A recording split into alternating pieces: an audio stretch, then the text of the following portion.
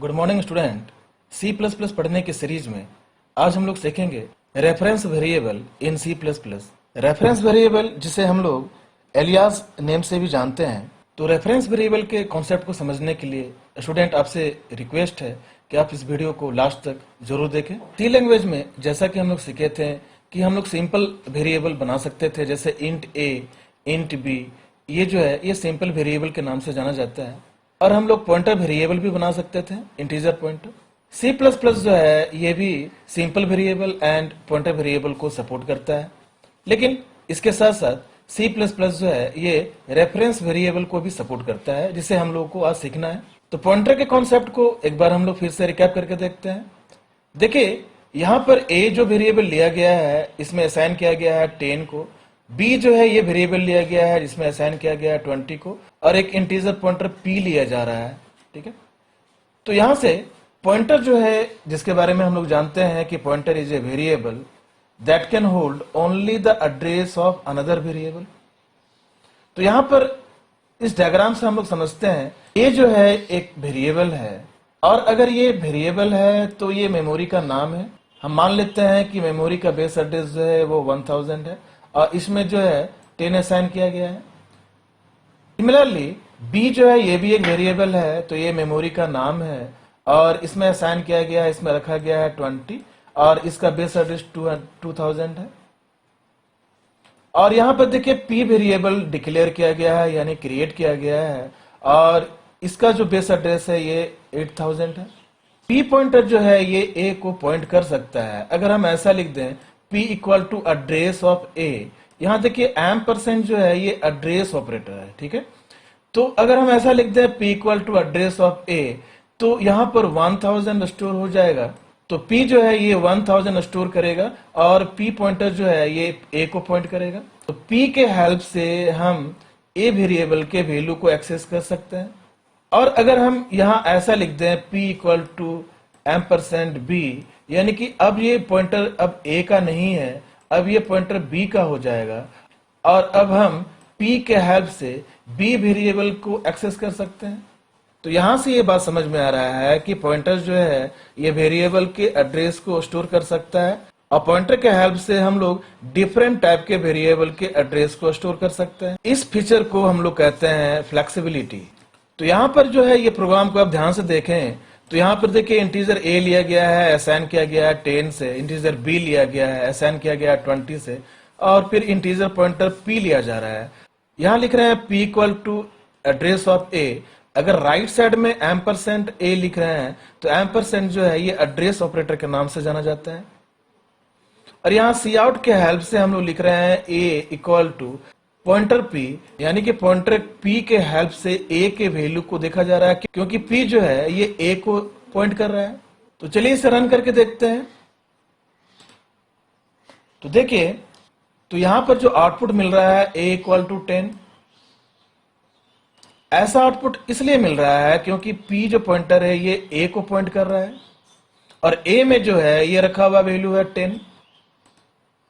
अब यहां पर हम अगर लिख दें, यहां लिख दें B, तो P जो पॉइंटर है ये अब B वेरिएबल को पॉइंट कर रहा है। और यहां पर सी आउट के हेल्प से B के वैल्यू को अगर हम देखें with the help of pointer, तो हम लोग B के वैल्यू को देख सकते हैं।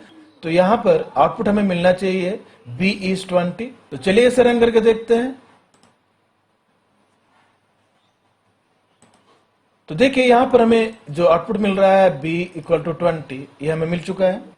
तो यहां से हम लोग को ये सीखने को मिल रहा है कि सिंपल वेरिएबल और पॉइंटर वेरिएबल जो है ये सी लैंग्वेज भी सपोर्ट करता है और सी प्लस प्लस भी सपोर्ट करता है। और जब भी पॉइंटर डिक्लेयर होता है तो इसे इनिशियलाइज करना जरूरी नहीं है। पॉइंटर जो है इसके हेल्प से फ्लेक्सिबिलिटी हम लोग अचीव किए हुए हैं।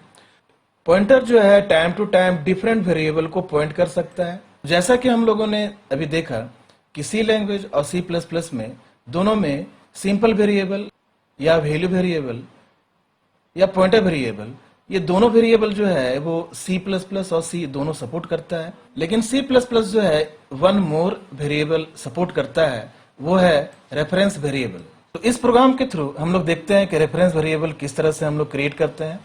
देखिए यहाँ पर इंटीजर a लिया गया है जिसमें असाइन किया गया है 10 को, इंटीजर b लिया गया है। रेफरेंस वेरिएबल जब भी डिक्लेयर करते हैं तो लेफ्ट साइड में हम लोग लिखते हैं एम्परसेंड, और इसे एड्रेस वेरिएबल हम लोग नहीं कहते हैं, इसे हम लोग रेफरेंस वेरिएबल कहते हैं। और जब भी ये क्रिएट होता है इसे इनिशियलाइज करना पड़ता है किसी वैल्यू से या वेरिएबल से। तो यहां पर लिखा जा रहा है ampersand x equal to a, और इसे ही हम लोग बोल रहे हैं कि x is an alias of int a। तो रेफरेंस वेरिएबल जो है ये एलियास नेम या डुप्लीकेट नेम या रीनेम इसे कह सकते हैं। या तो हम ऐसा बोल सकते हैं कि a जो है इसका नया नाम हो चुका है x, और जब जब हम लोग x को एक्सेस करेंगे तब तब हम लोग a को एक्सेस करेंगे। तो यहां पर a इक्वल टू x लिखा जा रहा है, तो यहां पर हमें आउटपुट जो मिलेगा ये हमें मिलेगा a का जो वैल्यू है 10, ये हमें मिलना चाहिए।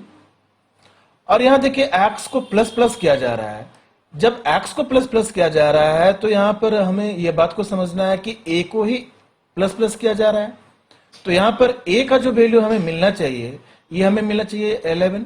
तो चलिए इसे रन करके देखते हैं।